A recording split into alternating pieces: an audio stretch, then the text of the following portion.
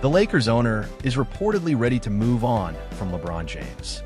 Insiders say the decision comes after one major disaster that shook the entire franchise. It caused problems in the locker room and frustration in the front office, revealing issues the team can no longer ignore. Now, executives are questioning the future, fans are worried about what's coming next, and LeBron's time in Los Angeles suddenly feels uncertain.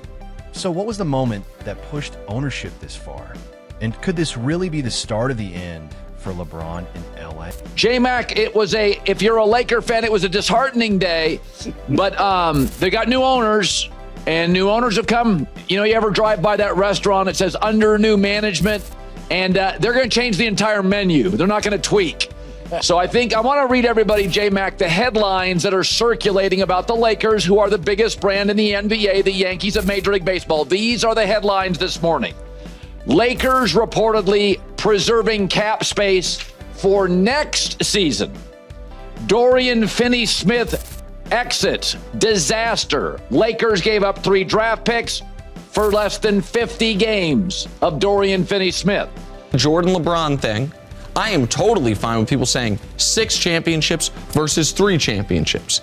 It's the back end of the conversation where we include finals losses, but not first, second, or third round losses that I find so intellectually dishonest. It makes me uncomfortable. The idea that LeBron would have been better off when he was down 3-2 against Boston and not in the final 2 games of that series, averaging 41, 13, and 9 to get his team a home winning Game 6 and a road winning Game 7, because then he'd still just be 3-5 in the finals, I find to be laughable. Oh, well, LeBron is I think he said, one of the top 10 players in the league. I don't think he is. Well, things just got way messier between LeBron James and the Lakers, and now even the Vegas sports books are losing their minds over it. Week long off vacay, I've been saying, don't listen to this LeBron James stuff. Here's something, though, I do believe, and I believe it strongly. Clutch Sports or Clutch. The Lakers owner is ready to move on from LeBron James. After everything that's happened over the past 2 weeks, especially a disaster that played out in front of 20,000 fans and millions watching at home, the front office has quietly made a decision that could shock the entire NBA. This isn't a rumor or clickbait. People inside the organization are confirming what many have been saying for months. The relationship between LeBron and the Lakers is beyond repair. And the moment that finally pushed the owner to this point isn't what most people expect. What you're about to hear hasn't been reported yet, but it's the main topic behind closed doors in Los Angeles right now. Their guru, their GM. So the Lakers need 2 centers like yesterday. The good ones are off the market. Clint Capella, he's back to the Rockets. Luke Cornett, Celtics, now he's the Spurs, and Brook Lopez to the Clippers. So let's not forget this. Put the pom-poms down. The Lakers got throttled in the first round. They lost convincingly in the first round. And they are worse today without Dorian Finney-Smith. They are worse today. You know who's not worse? Houston. Houston is better. You know who's not worse? Denver. You know who's getting better fast? San Antonio. So the ownership group knows what success looks like. But this, it won't matter. It won't matter what they say, because that 6-0 it's an unapproachable record. But what LeBron and what Nick is saying, especially those 2 bookends, if LeBron wasn't to win another NBA championship, his record would be 3-6. But in those 9 championship series, January 18th, 2025 was supposed to be just another regular night. The Lakers were hosting a Western Conference team in a must-win game with playoff positioning on the line. The arena was packed, the energy was high, and this was the kind of moment LeBron James has owned for most of his career. The kind of game where legends usually take over. But that's not what happened. People in Los Angeles, you know what well-run looks like. You know what championships looks like. It's called the Dodgers. USC, the Lakers, the Chargers a little bit until Harbaugh.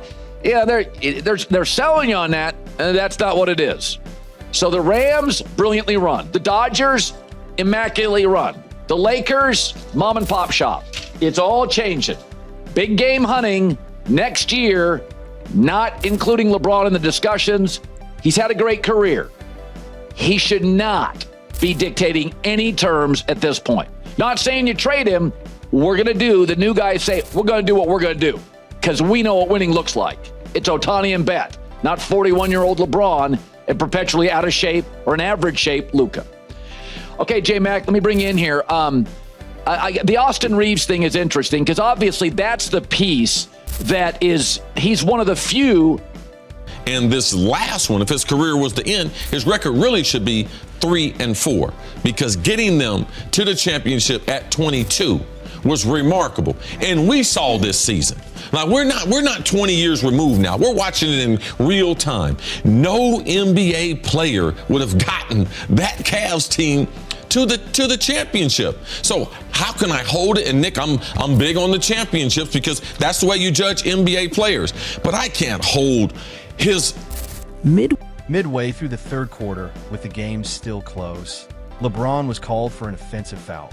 It was a questionable call, but nothing unusual. Nothing that should have led to what happened next. LeBron snapped, not at the referee or the opposing team, but at his own coaching staff. During a timeout, he stormed to the sideline, got an assistant coach's face, and went on a loud rant that shocked everyone. Players on the bench stared in disbelief. The head coach tried to step in, but LeBron brushed him off, still yelling and pointing, completely out of control. He had 6 because he had 8 in these playoffs. Now, you tell me that wasn't worth it. Now, so when people look at the record, they won't look at the totality, the impact, because it'll be like distant history, and they'll pick the things that they want. But what LeBron did was as special as I've seen anything. And I'm telling you, Jenna, those 6 championships, I traveled with the Bulls. I saw Michael Jordan. What LeBron did was as impressive as Jordan with the 4 40-point performances against Phoenix. Against Phoenix, including a 50-point performance. Like what he did in this month and a half was impressive. I will be asking this question in 7,000 different ways and 400 different languages over the course of the next couple weeks. Where do you think LeBron is going to go, CC? And Jenna, every time I'm going to try to have a smile on my face, say, Jenna, that's a good question. Also, are you worried about the Cavs this year? I want to know, are you asking him where he thinks he's going to go or where he should go? Where LeBron should go. Because those might be two different things. If you were giving it, the one thing is a prediction of where he will go. Another thing is, and what I'd really like to hear is, if LeBron came to Chris Carter and said, where should I go? Where's your advice for him to go? Maybe they're the same, maybe not. I think there's some very compelling stories. I think what they have in the process in Philadelphia it's intriguing. Houston being a healthy Chris Paul away from potentially being, I think that's a perfect situation for him to battle the Warriors. But I think ultimately the cameras caught some of it. Social media caught even more. But what no one saw was the owner's reaction from the luxury suite. He wasn't angry. He wasn't shocked. He looked finished. Because this wasn't the first time. It was just the most public time. After the game, a 15-point loss, the locker room was silent. Not the focused silence of a team planning a comeback, but the heavy silence of a group that knows something is broken. LeBron left the arena without saying a word. No post-game interview. No talk with teammates. He was just gone. 48 hours later, the owner called an emergency meeting, the kind that could change a franchise. What happened in that room stayed quiet until now. The meeting included the owner, the general manager, the head coach, and people from LeBron's camp. No players, no media, only decision makers. According to sources in the room, it started calm and professional. The owner acknowledged LeBron's legacy, his impact, the championships, everything that needed to be said. Then he got straight to the point. This can't continue. The outbursts, the undermining of the coaching staff, the growing divide in the locker room. The Lakers have been patient and supportive. But, he said, the organization is bigger than any one player. And right now, that player was making it impossible for the team to function. That LeBron's representatives pushed back. They pointed to the pressure he's under, the lack of support, injuries, and non-stop media attention. All valid points. All arguments the Lakers had heard before. But the owner didn't budge. He made it clear there were now non-negotiables. The owner laid out clear demands. Full commitment to the team system, respect for the coaching staff, and no more public outbursts that hurt team chemistry. If those things couldn't be guaranteed, then both sides would need to start talking about a different future. It was a clear ultimatum. LeBron's camp asked for time to talk it over.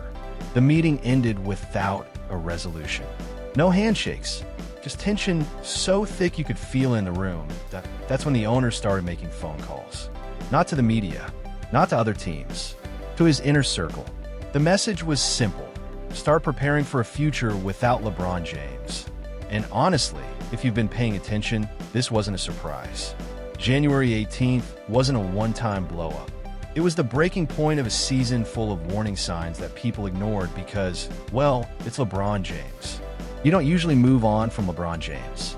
But the Lakers are starting to think maybe that rule no longer applies. Back in November, LeBron had a heated exchange with the head coach during a film session.